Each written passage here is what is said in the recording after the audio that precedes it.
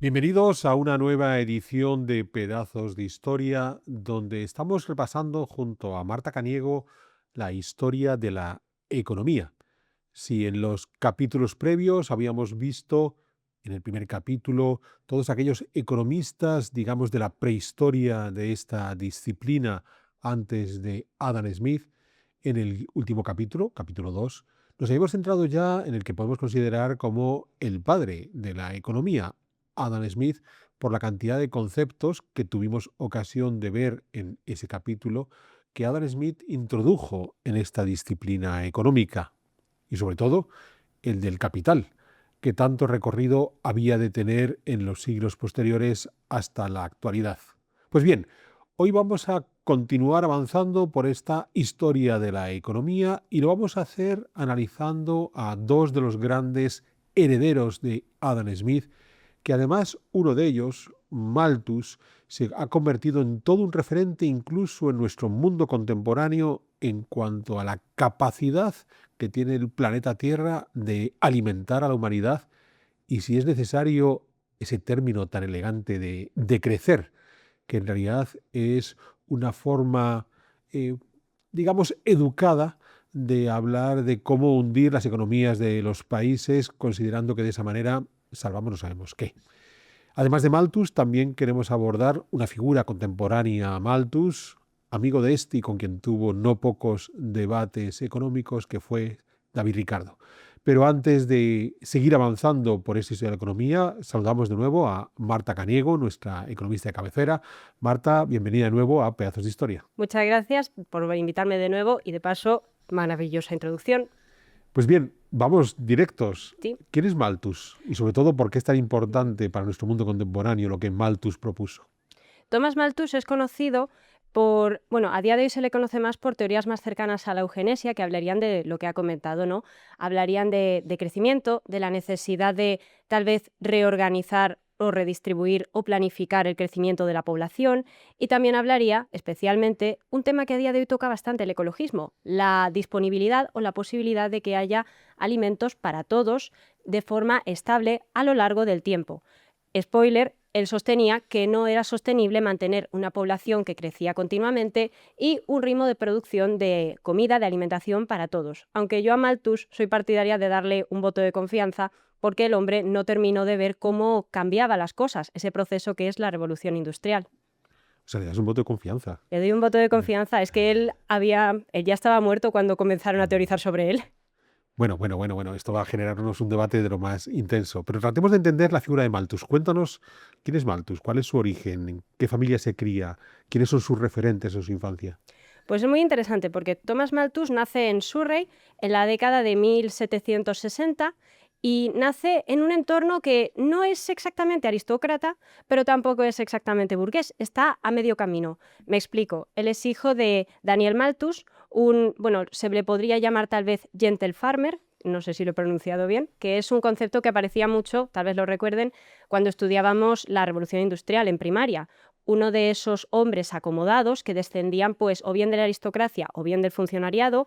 En el caso de Daniel Malthus era descendiente de directores de la Compañía de las Indias Orientales y era un hombre que, como lo describe John Maynard Keynes, una persona independiente, de recursos acomodados y que pudo dedicarse pues, a lo que más le gustaba. Por una parte a sus negocios, por otra parte a arrendar sus tierras y por otra parte organizar coloquios intelectuales en su casa, en compañía de su esposa, Henrietta.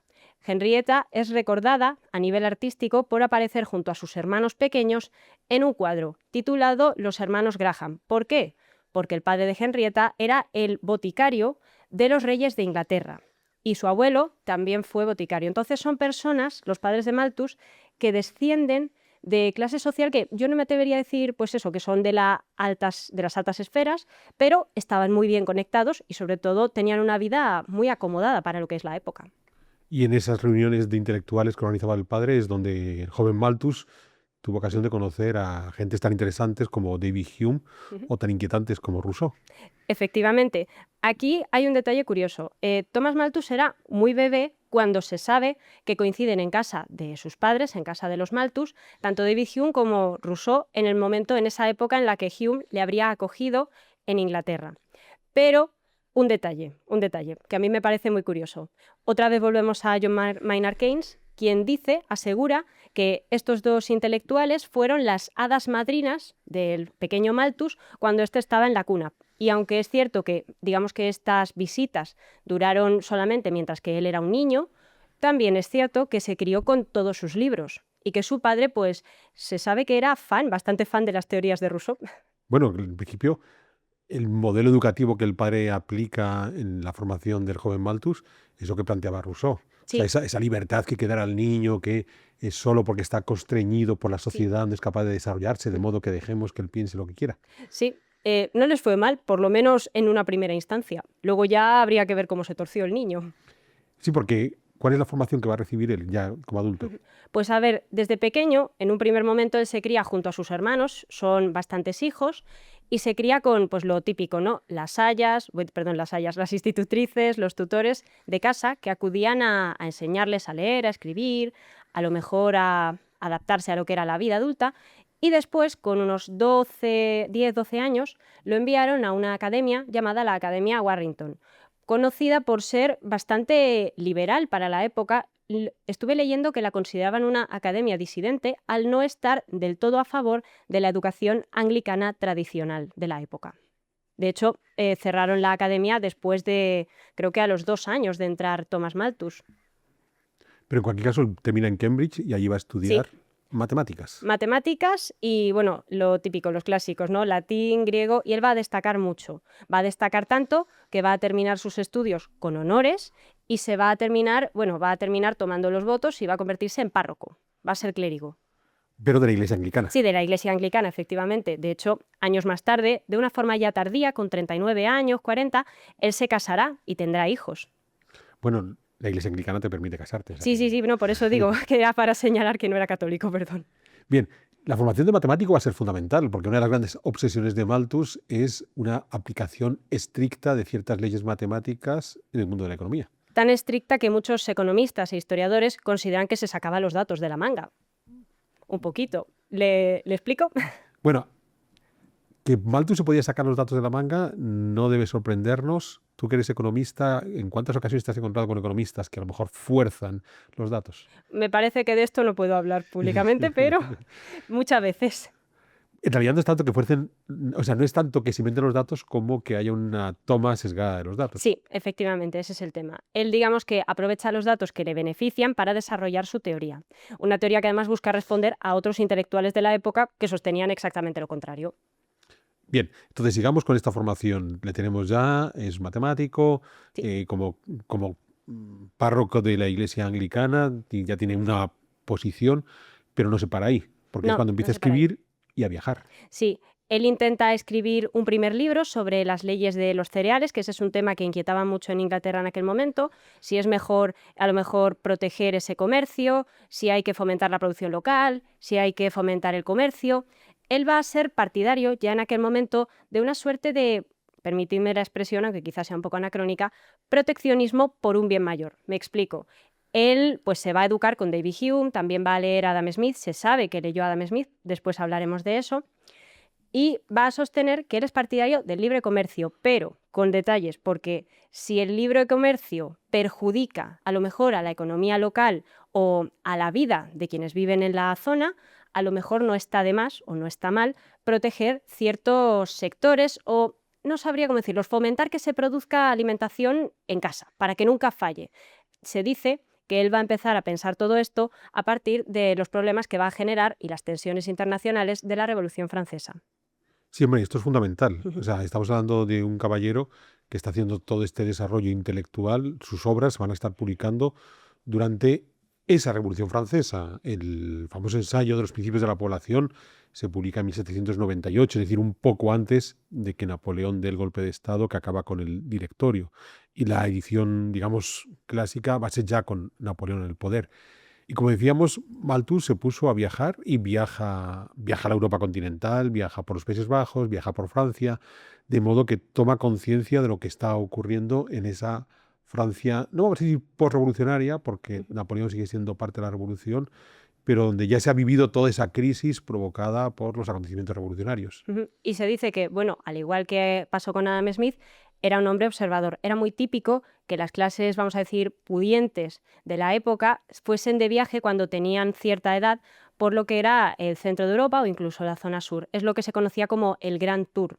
Es una época, si me lo van a permitir, muy Bridgerton, la que le toca vivir a Thomas Malthus. Y él en esos viajes se dice que va a ver pues cómo se vive en otras zonas, pero especialmente va a tomar nota de algunos detalles que tal vez había obviado en su primera edición de sus ensayos sobre la población, sobre los principios de la población, y va a querer luego a lo mejor reescribir o va a querer ampliar. El libro que tenemos a día de hoy, que se publica su segunda versión en 1803, es una versión mucho más ampliada. Por eso a veces al leerlo podemos sentir que hay capítulos que se repiten o que hay fragmentos que son muy redundantes sobre una misma idea, o da la sensación de que en algún momento parecería que está diciendo una cosa y la contraria, porque es una revisión que él hizo después para volver a publicar el libro. Esto es interesante lo que estás hablando del Grand Tour. Tendríamos que definirlo correctamente. En principio, el Grand Tour es una actitud que toman sobre todo británicos, y en particular en el siglo XVIII, visitando esencialmente Italia, y más en una búsqueda del mundo clásico y del arte clásico que otro tipo de experiencias.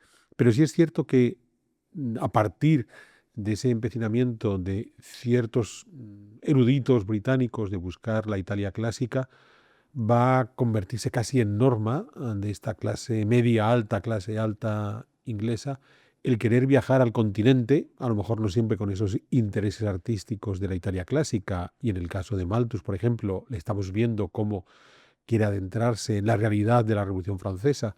Pensemos que el Grand Tour no va a ser ya exclusivo para estos finales del siglo XVIII, comienzos del XIX, del mundo británico. Tenemos un ejemplo destacadísimo de un personaje hispanoamericano al que ya dedicamos un pedazo de historia, como es Simón Bolívar, que él también hace su gran tour político visitando Francia o Italia, no por amor al arte clásico, sino en la búsqueda de las raíces de la verdadera revolución.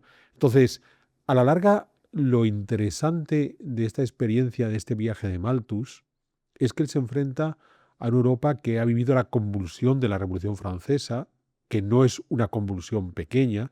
Recordemos que una de las características de la Revolución Francesa, sobre todo a partir de 1793, es cuando convierte Europa en un amplísimo campo de batalla con la creación de la primera coalición en el momento que la revolución declara la guerra a Prusia y Austria, no lo olvidemos nunca. La guerra no la comenzaron las monarquías absolutas contra los revolucionarios, fueron los revolucionarios contra las monarquías absolutas, y a partir de ahí es una guerra, en principio en el Valle del Rin, pero que durante el resto de esa última década del siglo XVIII se va a extender por Europa Central, por el norte de Italia, y ya a comienzos del XIX va a entrar en la península ibérica o en Polonia o en Rusia. Es decir, Malthus vive en un contexto histórico en el que la sensación de crisis, la sensación de destrucción, la sensación, digamos, de fin de época era evidente. Es algo así como si Malthus hubiera vivido siglo y medio más tarde y hubiera viajado a Europa, por ejemplo, en 1940, justo antes de que Hitler lance su campaña sobre los Países Bajos y sobre Francia, y esté en ese momento haciendo toda una reorganización del mapa europeo. Entonces, claro, esa sensación, digamos, de destrucción, esa sensación de fin de etapa, esa sensación de estamos abocados a una crisis inevitable, va a marcar su literatura. Sí. Pero no significa que esté haciendo una lectura correcta de lo que ve. Es muy fácil dejarse llevar por el dramatismo, y lo vemos hoy en muchos analistas geopolíticos que, porque se ha cerrado el estrecho de Hormuz, mañana vamos a volver todos a la prehistoria, lo cual es totalmente falso y solo sirve para un bonito clickbait en YouTube. Pero, ¿puede ser ese el error de Malthus? Probablemente. De hecho, hay una cosa que es verdad. Cuando yo he leído a Malthus me da la sensación de estar leyendo una novela distópica. Es así, tiene ese punto no sensacionalista, pero sí se nota mucho el contraste, curiosamente, con David Hume y con Adam Smith, que parece que les toca vivir unas décadas antes, un poquito antes, de que él haga el Grand Tour. Les toca una época que parece más optimista, que parece que las cosas van a ir a mejor, que los países pueden prosperar, que las riquezas pueden crecer, y él transmite la sensación un poquito de que toda esa riqueza, toda esa prosperidad que estaba alcanzando su país tiene un límite y que tiene un fin, que no puede ser algo eterno. Y esto es algo bastante característico de la segunda generación de los pensadores clásicos de la economía, que son pues Malthus o el otro del que vamos a hablar, que es de los principales, David Ricardo. Aunque David Ricardo creo que no es tan pesimista como Thomas Malthus. Y desde luego, a ver, obviamente todo lo que ve le tuvo que afectar. Es curioso porque Malthus, cuando elabora sus ensayos sobre los principios de la población, del que hablaremos ahora más en detalle, en gran medida lo hace como crítica a otro autor previo, menos conocido, que era mucho más optimista sobre la capacidad del progreso de las sociedades humanas, que se llama Godwin. William Godwin, que para los que seáis frikis de la novela gótica o de la ciencia ficción en general, era el padre de Mary Shelley, de la escritora de Frankenstein. Y de paso también él escribió alguna que otra novela en ese sentido.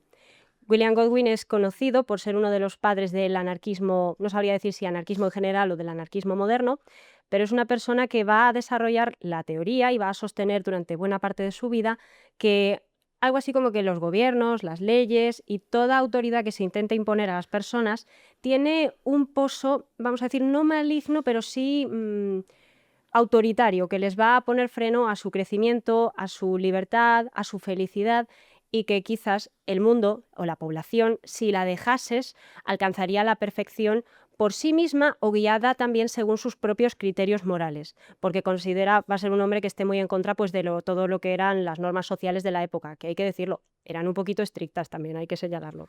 Bueno, esto de que eran estrictas las normas sociales de la época, es posible que vivamos en determinados tiempos donde las normas sociales vuelvan a ser tremendamente estrictas. Pensemos lo que hemos vivido en estos últimos años con ese dominio de lo woke y lo políticamente correcto que exigía que determinados términos directamente tenían que dejar de ser empleados de manera pública a riesgo de que tu vida social fuera completamente destruida. O sea, es muy llamativo con qué facilidad juzgamos lo estrictos que pueden ser esas normas en el pasado y lo poco que nos damos cuenta de lo muy estrictos que podemos ser nuestras normas contemporáneas. Pero bueno, Godwin en cualquier caso era un hombre optimista, creía en el progreso de los seres humanos, pero Malthus no. Malthus no, y Malthus va a dedicarse, hay que decir que con bastante educación, le dedican un primer apartado en el libro muy amable a intentar llevarlo por el camino correcto o a mostrarle por qué considera que se equivoca. Malthus aquí creo que igual peca, o no que peque, sino que él aprovecha quizá los conocimientos que haya sacado de su padre, de ser una persona que se dedica al arriendo de tierras, de haber visto tal vez de trabajar a la gente en el campo y de saber cómo funciona la administración, pues a lo mejor de una finca campestre, y luego, aprovechando sus estudios en Cambridge y demás, lo que sabía de matemáticas y también de haber leído a otros autores, a los clásicos. Y de paso, pues a Adam Smith, al cual va a criticar durante su libro y también va a criticar a Adam Smith. Entonces, nos encontramos ya con este libro en el que además introduce un término que yo he empleado ya desde el comienzo de este programa, que es el de economía. Sí, Malthus es la primera persona, el primer autor, en escribir, bueno, en titular uno de sus libros como Economía, pero no será su libro dedicado a principios de la población, sino que será un manual digamos, de clase que él utilizará para dar clase de economía y de historia en la Compañía de las Indias Orientales. Será un libro que se llamará también Principios de Economía. Era muy típico titular así estos libros, pero es llamativo porque es de todos los clásicos el primero que pone ese nombre. Y sin embargo no se le conoce por ese libro de Principios de Economía, sino por un libro sobre la población. Un libro que en apariencia no tiene mucho que ver o no siempre está relacionado con el tema pues, de la renta, del comercio o digamos que toca otros temas más literarios. Por cierto, estaba de profesor trabajando para la Compañía de Indias Orientales. O sea, hemos visto antes que su primer oficio había sido el de pastor de la Iglesia Anglicana, pero ya cuando se casa empieza a tener hijos, Sí. necesita buscar nuevos ingresos. Sí, digamos que cuando regresa de su viaje tiene que buscar otras opciones. Y pues, mira, en comparación con Adam Smith, sí se asienta como profesor. Bien, entonces vamos con los principios de la población, el ensayo sobre los principios de la población. ¿Qué es lo que nos cuenta Malthus ahí? Digamos que pues él comienza haciendo la crítica a William Godwin, lo que he comentado hasta ahora, diciendo que no es posible el progreso libre y totalmente pues caótico de la humanidad.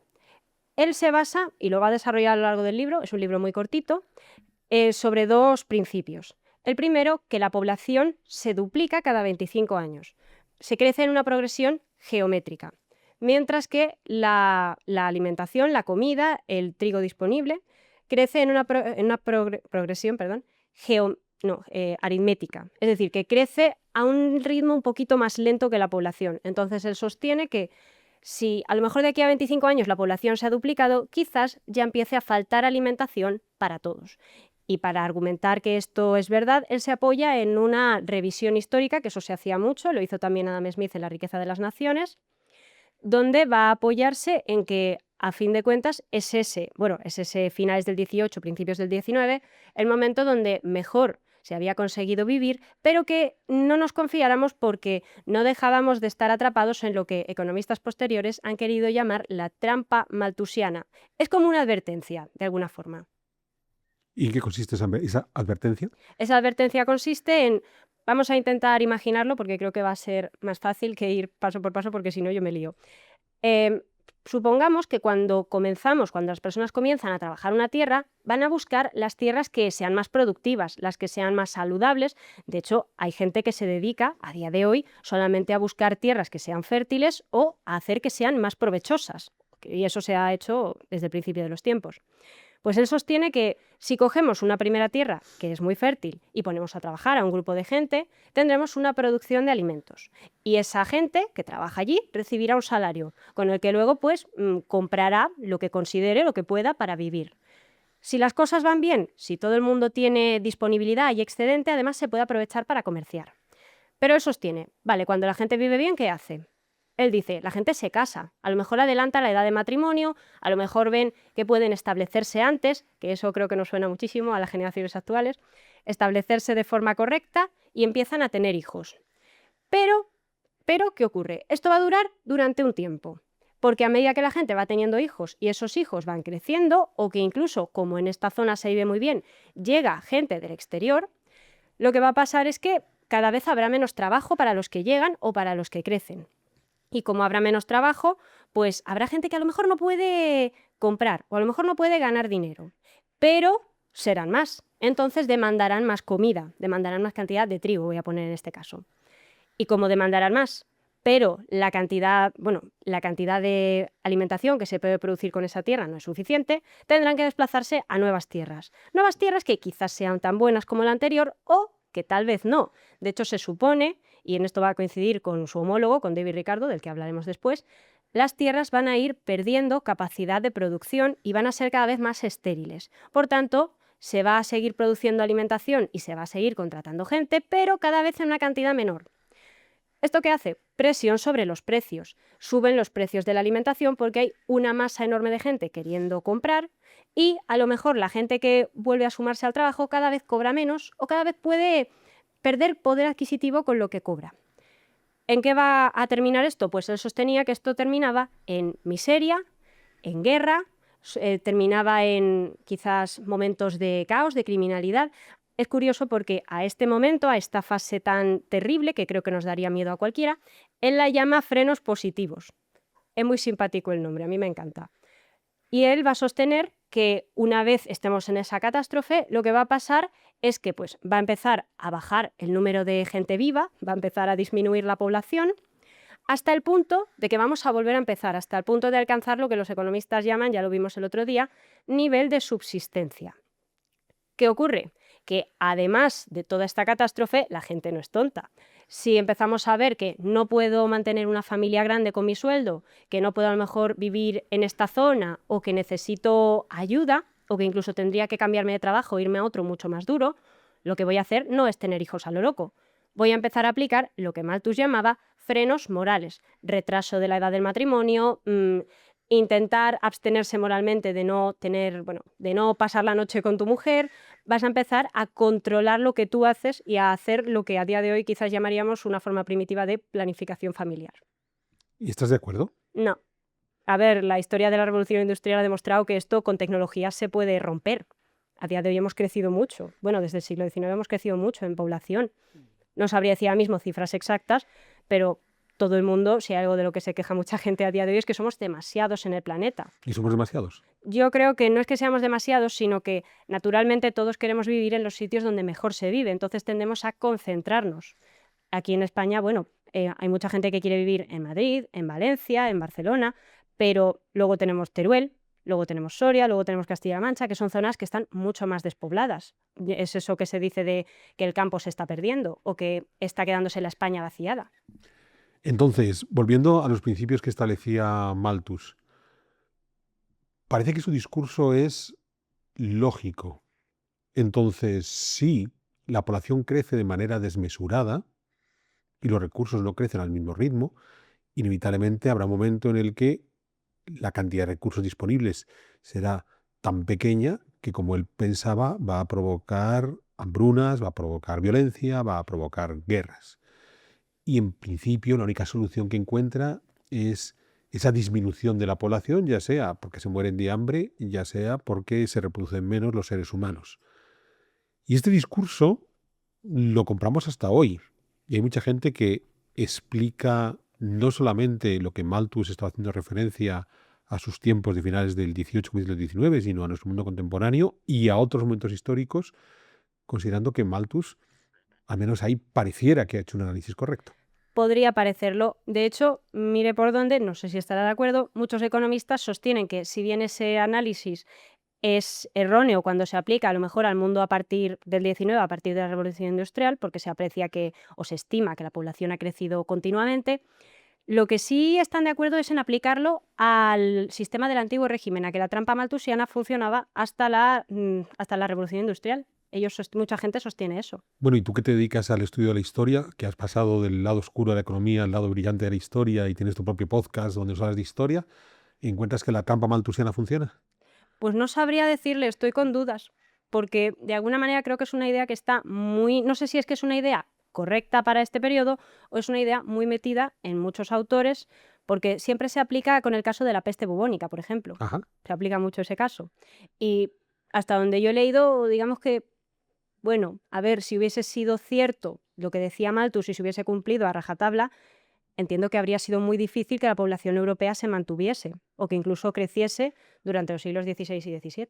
Entiendo. Entonces, en efecto, ya hicimos un pedazo de historias al respecto sobre la peste negra donde hacíamos esta reflexión, la relación que se había establecido en la historiografía entre las hambrunas de comienzos del XIV y el impacto provocado por la peste negra. Entonces, claro, las grandes hambrunas que tenemos en el siglo XIV, en torno a 1315-20, y cómo en 1347, por tanto, un par de generaciones después, esas hambrunas había dejado una sociedad malnutrida que el impacto del virus de la peste les había provocado esa alta mortandad. Claro, aquí había un problema y era el salto de las dos generaciones. Entonces, dos generaciones desnutridas, ahí es donde chocaba realmente frente a la realidad antropológica.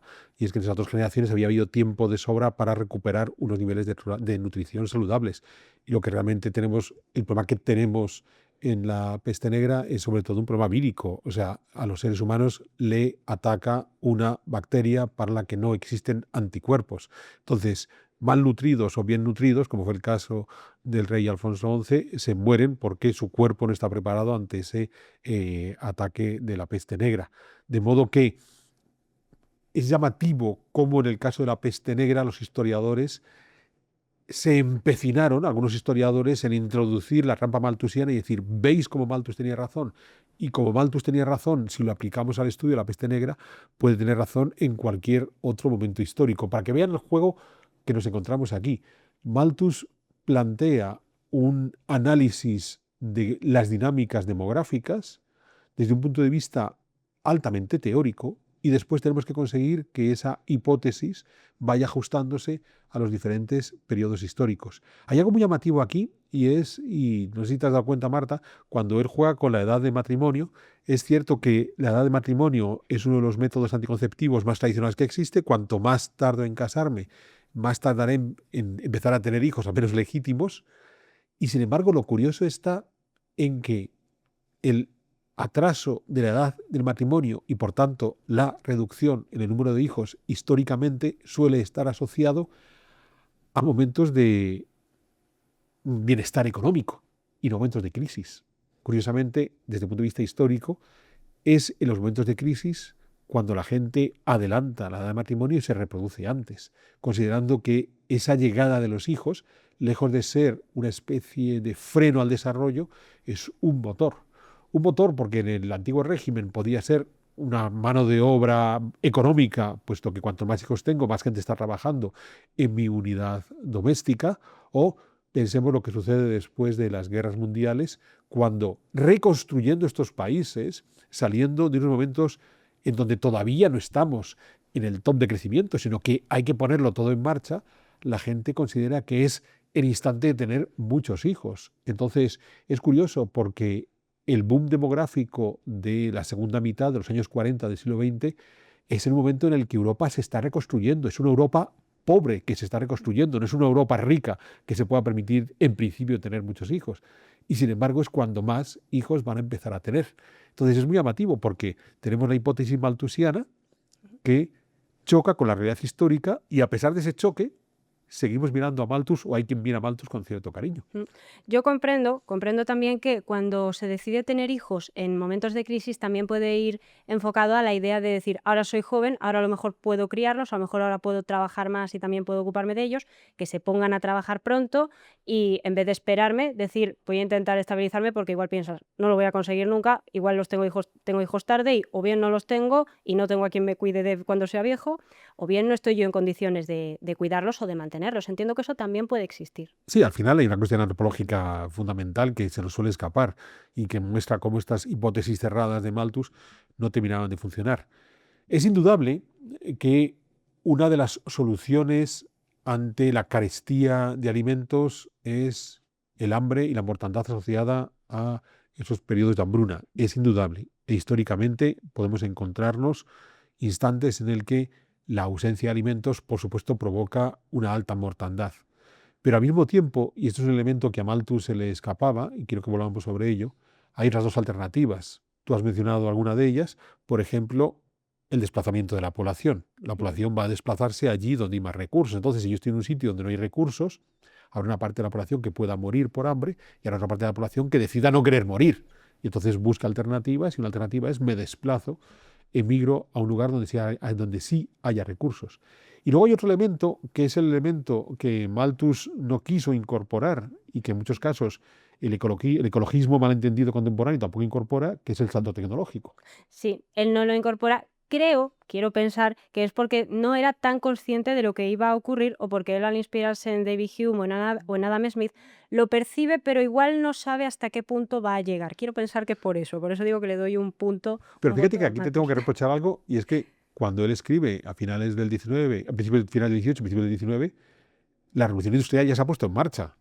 O sea, la revolución industrial con todo el Domestic System, y les invito a que vean el pedazo de historias que hicimos sobre la revolución industrial, o los pedazos de historias que he hecho con Manuel Fernández Ordóñez sobre la historia de la energía, cuando la revolución industrial se pone en marcha con el Domestic System a comienzos del 18, en el caso británico, para las décadas de 1770-80 ya es el gran despegue. O sea, Malthus, curiosamente, es un hombre que más allá de los avatares políticos fruto de la Revolución Francesa, en el caso de la situación económica británica, viviendo en 1800-1810, está en uno de los puntos altos de la revolución industrial. O sea, él, lejos de poder decir no entiendo lo que está pasando, lo está viendo en sus caras. O sea, de alguna manera es un poco contrario al progreso. Aquí reconozco que no sabría responder exactamente porque no puedo estar en la cabeza de Malthus. Yo siempre que lo había leído un poco había pensado, bueno, se estima que la revolución industrial empieza en el último tercio del siglo XVIII y demás. Quizá no era consciente. A veces cuando vivimos los momentos no somos conscientes. No sabría decirlo. Lo que sí es cierto con Malthus es que él está muy obsesionado con las leyes de pobres y con el tema del proteccionismo al cereal. Creo que se fija más en la producción de alimentación que en la manufactura, por ejemplo. También a él le tocaba en lo personal porque su familia era una familia de señores, de terratenientes, vamos a decir. Y cuéntanos, ¿por qué esta obsesión por las leyes de pobres y por los precios de los cereales? Esto es muy curioso. Parece ser que en la primera versión del Tratado sobre los Principios de la Población, él va a quizá ser partidario o por lo menos mirar con ojos suaves el concepto de las leyes de pobres, la idea de que a lo mejor se crean, bueno, si hay mucha gente que sea pobre en alguna zona, especialmente entiendo que en el Londres de la época se comenzaba a percibir esto, pues que se pueda acoger a la gente, se les pueda alimentar, se les pueda quizás enseñar un oficio y a lo mejor pues ayudar a que estas gentes se reinserten en la sociedad. Él en un principio parece que no es contrario a esta idea, pero sin embargo, en su segunda versión del tratado sí que se muestra abiertamente en contra de esta idea de las leyes de pobres, porque va a considerar que, a ver, si él miraba un poco lo que veía a su alrededor, podía ver que no todo el mundo, pero mucha gente que acudía a estas instituciones o que pedía ayuda a la caridad, entiendo que quizás él como párroco podría haber visto algo de esto. Él va a percibir que son gente que simplemente quiere que los alimenten, piensan en el corto plazo, que los salven, que los ayuden en el momento, y luego no van a buscar quizás esforzarse, establecerse, salir adelante, buscar trabajos más duros. Y él va a considerar que esto a largo plazo, aunque es una idea bien intencionada, puede suponer un gasto, perdón la expresión, un gasto tonto de dinero por parte de las instituciones. ¿Y el precio del cereal? El precio del cereal precisamente viene motivado quizá por su pesimismo y por esta idea que él sostenía de la trampa maltusiana. Él consideraba que si algo se quería hacer por ayudar, y esta es la idea que va a recuperar de su primer tratado, el que le va a costar Dios y ayuda a publicar, y va a afirmar que lo que puede sentar bien a Inglaterra, lo que puede ser positivo, es proteger la producción de alimentos y centrarnos en mejorar la producción de alimentos si queremos, pues, sobrevivir o hacer que las consecuencias de esta trampa maltusiana, el nombre se lo pusieron a posteriori, no sean tan fuertes o no sean tan graves. Aquí vuelvo a señalar, él era de familia de terratenientes. Quizá a él le tocaba en lo personal y le interesaba poder, digamos, proteger lo que era el trabajo o la renta de su familia también en esto. Interesantísimo cuando nos damos cuenta de cuánto importa el contexto, ya no solamente el contexto histórico general, sino el contexto personal a la hora de elaborar estos escritos. Bien, un poco más joven que Malthus, Sí. es otro economista de este momento fundacional de la disciplina económica, que ya has citado varias veces, David Ricardo, o si dijéramos en buen británico, David Ricardo.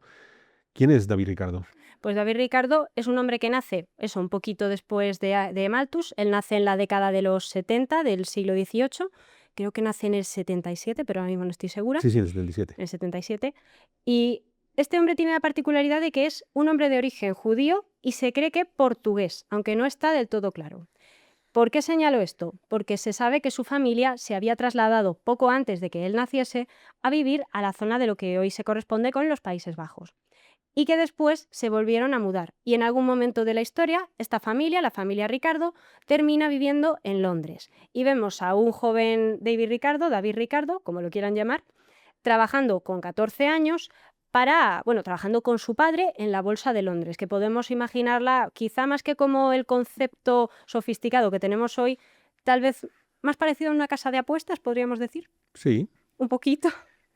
Pues él comienza a trabajar allí y va a comenzar también a hacer fortuna. Es de una familia que saben manejarse con los negocios, tienen habilidad con ello y van a empezar pues a trabajar que sí con deuda pública, que sí con empresa privada. Van a empezar a trabajar gestionando recursos, gestionando masas de dinero y va a enriquecerse. Pero él tiene un punto de inflexión en su vida y esto, otra vez lo vuelvo a decir, parte un poco de la novela rosa. Parece ser que él se casa fuera de lo que era su tradición o la tradición de su familia, o que va a elegir una esposa que no les va a acabar de gustar. Porque no es judía.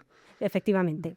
Por lo que él va a terminar distanciándose de su familia, se va a establecer por su cuenta y como tiene ya esa habilidad, esa picaresca, vamos a decir, para los negocios, que no estoy diciendo que sea malo ni mucho menos, se va a enriquecer muy rápido. Se enriquece muy rápido y cuando se encuentra un hombre relativamente joven, con un montón de dinero a su disposición, ¿qué va a hacer? Por una parte se va a dedicar a escribir y por otra parte a estudiar, pero también va a entrar en política. Va a conseguir ser elegido para la Cámara de los Comunes del Parlamento inglés y se dice que va a ser uno de los primeros oradores, se dice, que va a hablar de análisis económico dentro de esta Cámara. ¿Por qué? Porque se va a poner a leer, pues, al igual que Malthus, se pone a leer a Adam Smith, a David Hume y a todos los de esa corriente. Y va a estar en la Cámara de los Comunes el resto de su vida, además. Sí, va a sentarse muy bien. Se va a agarrar al escaño y no lo va a soltar. Y claro, entre las lecturas que hace está el propio Malthus. Sí, también. Ellos dos son contemporáneos, ellos se conocen y se sabe que eran amigos. Sí, recordemos, es 10 años mayor Malthus que Ricardo. Sí. O Ricardo es 10 años más joven que Malthus. Ellos se conocen y se sabe que no tenían mala relación, pero chocaban. No terminaban de entenderse en todos los aspectos y van a debatir aspectos de la teoría de Adam Smith que en realidad esto les va a llevar a discutir sobre cuál es la opinión que más sentido tiene, la suya o la del otro. Y por supuesto, escribe un libro que Sí, se va a titular Principios de algo, en este caso, Principios de Economía, Política y Tributación. efectivamente. A él va a ser un apasionado del tema de la deuda pública. De hecho, hay una teoría, no me acuerdo si se llamaba la paradoja ricardiana. Es una síntesis, una teoría macroeconómica que sostiene que si tú enriqueces, vamos a decir, los recursos de un país a través de la deuda pública o a través de los impuestos, el resultado va a ser el mismo. Entonces, que te daría un poquito igual hacer una cosa que la otra. Esto que acaba de decir Marta de manera elegante es que no importa que el Estado suba los impuestos, que esta es la paradoja ricardiana, no importa que los suba o que se endeude más a través de la deuda pública, porque los ciudadanos inteligentemente, al ver que el Estado ha subido los impuestos, serán capaces de contener su gasto y de alguna manera buscar cómo ahorrar para poder suplir esa subida de impuestos. Es decir, me van a cobrar más, por tanto yo gasto menos porque de forma generosa y voluntaria soy consciente de lo que el Estado está haciendo y estoy ahí dispuesto a echar una mano a ese Estado. ¿Tú crees que funciona? Pues no mucho, la verdad. Por eso está en debate para los economistas. Entiendo. Pero es muy interesante porque lo que estamos viendo con David Ricardo Sí. es el político que trata de justificar una acción política, que es, Sí, bueno, si en el Parlamento decimos subir los impuestos, a la economía nacional no le va a ocurrir nada porque no se preocupen ustedes, los ciudadanos son gentes conscientes de lo mal que lo estamos haciendo con subir los impuestos. En lugar de recortar gastos, los aumentamos mediante los impuestos y los ciudadanos generosamente son capaces de sacrificar su propio gasto familiar y de ahorrar para hacer frente a esos nuevos impuestos. a ver, el título de su libro lo dice, Principios de Economía Política y Tributación, la economía aplicada a la política, como decía Adam Smith, al buen gobierno, que Y es, bueno, cu- no siempre era tan bueno. y es curioso porque, claro, esto nace de otra sensación, digamos, entre comillas, pesimista que tiene David Ricardo hacia el tiempo que le ha tocado vivir, este tiempo de la revolución industrial, un poco lo que le había pasado a Malthus, solo que Malthus había puesto el acento en un crecimiento desmedido de la población. Recordemos que la población ha crecido, se ha multiplicado por 8 desde los tiempos de Malthus a nuestro mundo contemporáneo. Y la población multiplicada por 8 es capaz de alimentarse mucho mejor hoy que en los tiempos de Malthus. Y el porcentaje de la población mundial desnutrida es muy inferior a la de los tiempos de Malthus. Obviamente, al ser más, en números absolutos puede haber más gente desnutrida hoy que en tiempos de Malthus, pero porque somos 8 veces más. Pero no es que haya 8 veces más gente desnutrida que en los tiempos de Malthus.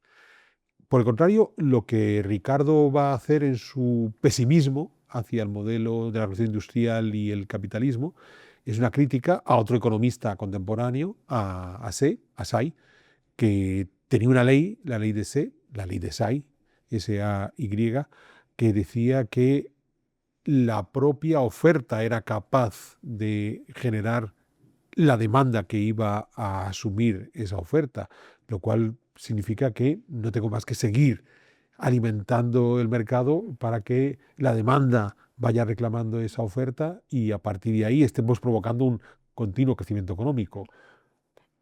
Así como Malthus consideraba que aquello tenía unos límites, la propia capacidad productiva de alimentos, Ricardo, sin entrar en estas cuestiones más materiales, también consideraba que había un límite, había un momento en el que la oferta podía topar y decir, ya no hay más demanda para esa oferta que me estás dando. Ese es un pensamiento que era común en la época, pero en el caso de Ricardo él busca solventarlo de otra forma. Quizá Malthus se centre más en la población, pero él se centra más en el trabajo y se va a centrar más en el comercio.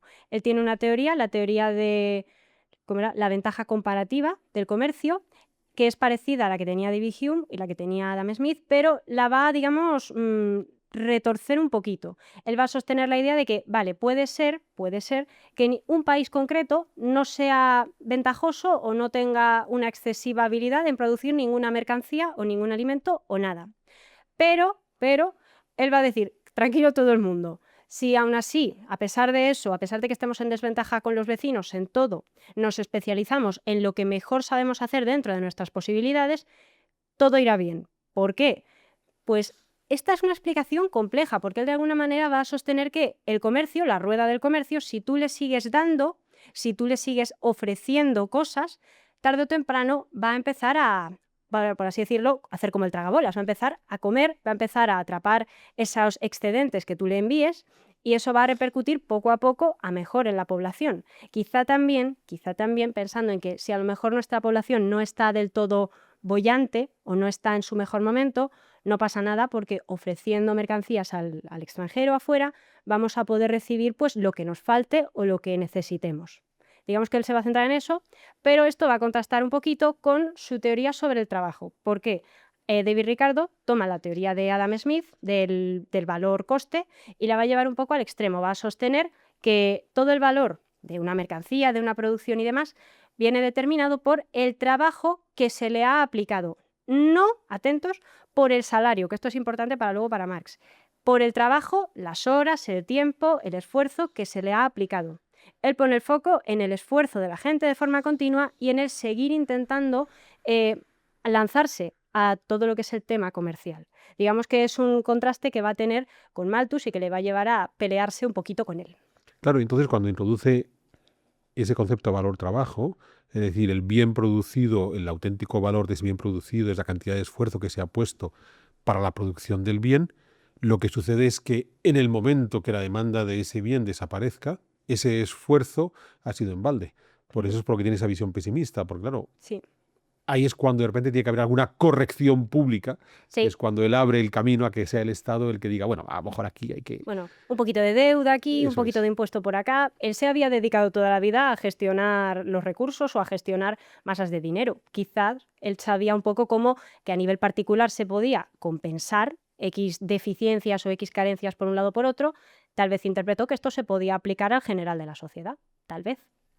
Y claro, aquí ya esto nos introduce a lo que vamos a ver en nuestro siguiente programa, y es cuando otro economista, en este caso de origen alemán, pero que se sienta en la Gran Bretaña, como Karl Marx, en el momento que asume la lectura de David Ricardo. Ojo, Ricardo posiblemente es de los economistas más difíciles de leer. Así Sí. como Malthus es un tipo, bueno, así como Adam Smith es realmente asimilable sin grandes dificultades, y Malthus también, o el propio Jean-Baptiste es bastante sencillo, David Ricardo es retorcido como ninguno. Sí, por eso casi nadie está de acuerdo en que decía Ricardo. Yo creo que hay tantas lecturas de Ricardo como personas que lo leen.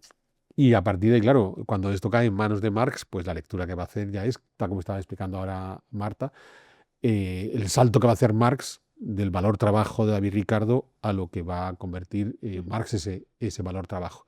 Bueno, ¿qué ocurrió al final con Malthus y con Ricardo? Pues Malthus y Ricardo, que se sepa, no llegaron a resolver sus diferencias o a llegar a un punto intermedio, pero lo gracioso es que su disputa terminó afectando a lo que se refería a la familia de Malthus o a lo que más le afectaba a él, al papel de la renta también. Ya lo había dicho Adam Smith, que había formas de redistribuir la riqueza o de distribuirla entre salario, beneficio y renta. Pues David Ricardo y Malthus, entre sus disputas y demás, van a tener el debate sobre qué pasa con la renta. Ricardo considera que el tema de este comercio, esta ventaja comparativa del comercio, iba a provocar que poco a poco, ojo, él sostiene lo mismo que dice Malthus, sobre que poco a poco la producción de la tierra tiene un rendimiento decreciente, que cuanta más nos extendamos, menos cantidad se va a producir. Pues él sostiene que esto va a generar una renta alta, va a subir las rentas de la clase terrateniente que cede esos terrenos, porque mientras que el trabajador tal vez saque menos con su trabajo, o mientras que quizá el empresario saque menos beneficio por las presiones y por todo esto, el terrateniente va a sacar una renta y que de alguna manera esa renta va a afectar mucho a los precios. Y Malthus aquí creo que le va a decir algo así como para un poquito el carro, porque va a sostener una teoría que, si me permiten expresarlo, es muy propia de Downton Abbey. No sé si conocen la serie. Hay un momento en el que la abuela de esta familia noble de la época eduardiana, sostiene que el papel de la nobleza y de la alta sociedad es generar empleo. Ellos están ahí para que vengan otros a trabajar para ellos, a trabajar sus tierras, a sus casas, todo eso. Pues Malthus va a sostener una teoría un poquito parecida. Va a señalar que los gastos que podía hacer la clase alta, la clase terrateniente, no necesariamente eran superfluos, sino que también contribuían, tenían un granito de arena en la estabilidad económica. Es fantástica tus referencias a las series de televisión, que sin duda es la mejor manera de poder entender estos complejos conceptos económicos. Lejos de ser referencias inadecuadas, son del todo válidas. Curiosamente, Ricardo murió mucho antes que Malthus. Ricardo murió relativamente joven, con 51 años. Malthus fue un poco más longevo, con 74 años, de modo que es posible que hoy Malthus siga teniendo una presencia más notable por una mera cuestión biológica, no solamente porque escribía de una forma más accesible, sino porque, digamos, uno de sus competidores, Ricardo, se da de baja de la competencia Sí. antes que el otro. También contribuye que Ricardo es muy difícil de leer, luego también contribuye que de Ricardo un poco emergen dos ramas, son los socialistas ricardianos, se hacen llamar, y luego está Marx, que va a coger y a decirles a los socialistas ricardianos, no tenéis ni idea de lo que estáis diciendo, os lo voy a explicar yo. Es decir, sois unos utópicos, no como yo, que soy un científico correcto. Efectivamente. De socialismo utópico también tenemos un pedazo de historia, pueden buscarlo en el archivo que hablamos sobre ello. En cualquier caso, Marx difícilmente podía haberlos conocido en persona porque es muy pequeño cuando se muere Ricardo, es un niñito pequeño y aunque ya es adolescente cuando se muere Malthus, todavía está en su Alemania natal y Malthus estaba muy feliz dando sus clases Sí. en la Compañía de Indias Orientales, que es lo que hizo hasta el último día de su vida. De modo que la relación que va a establecer Marx con estos clásicos es a través de los escritos. Sí. A través de los escritos y a través pues, de seguidores de Ricardo, principalmente. Seguidores de Ricardo y bueno, luego también todo lo que él vaya a leer cuando esté en su periodo en Londres, en su época. De modo que aquí hemos llegado ya al punto en el que tenemos que emplazarles a nuestro siguiente programa de Historia de la Economía, en el que ya vamos a entrar en el terreno de Karl Marx.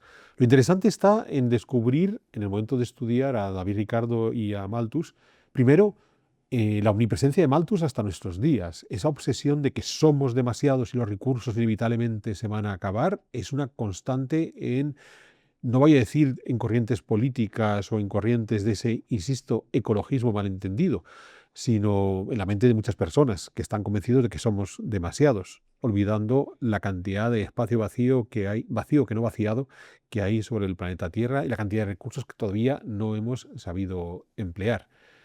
Entonces, la clave de Malthus es fundamental porque, insisto, sigue dominando nuestro discurso político contemporáneo. Pero es que Ricardo también va a ser clave por la notable influencia que va a ejercer, aunque sea en una reinterpretación agresiva, en Marx y lo que eso supone, de nuevo también en nuestro mundo contemporáneo, donde el marxismo sigue siendo la fuente de la que viven muchas de las corrientes de izquierdas que se manejan en los parlamentos contemporáneos. De modo que, llegados aquí, lo que me queda decirles es, vengan, continúen junto con Marta Caniego para que descubramos esa etapa siguiente de la historia de la economía que va a ser Marx. Así que, Marta, gracias por estar de nuevo en Pedazos de Historia Muchas gracias a ti por y invitarme. esperamos verte pronto hablando de Marx. Pues a ver qué pasa, porque Marx, si Ricardo es difícil ya además nos despedimos. Y a todos ustedes recordarles, uno, los productos de Freedom Collection, saben que pueden ser gentes de gustos alternativos a la hora de vestir o incluso, qué sé yo, de tomarse el café por las mañanas con las tazas más variopintas.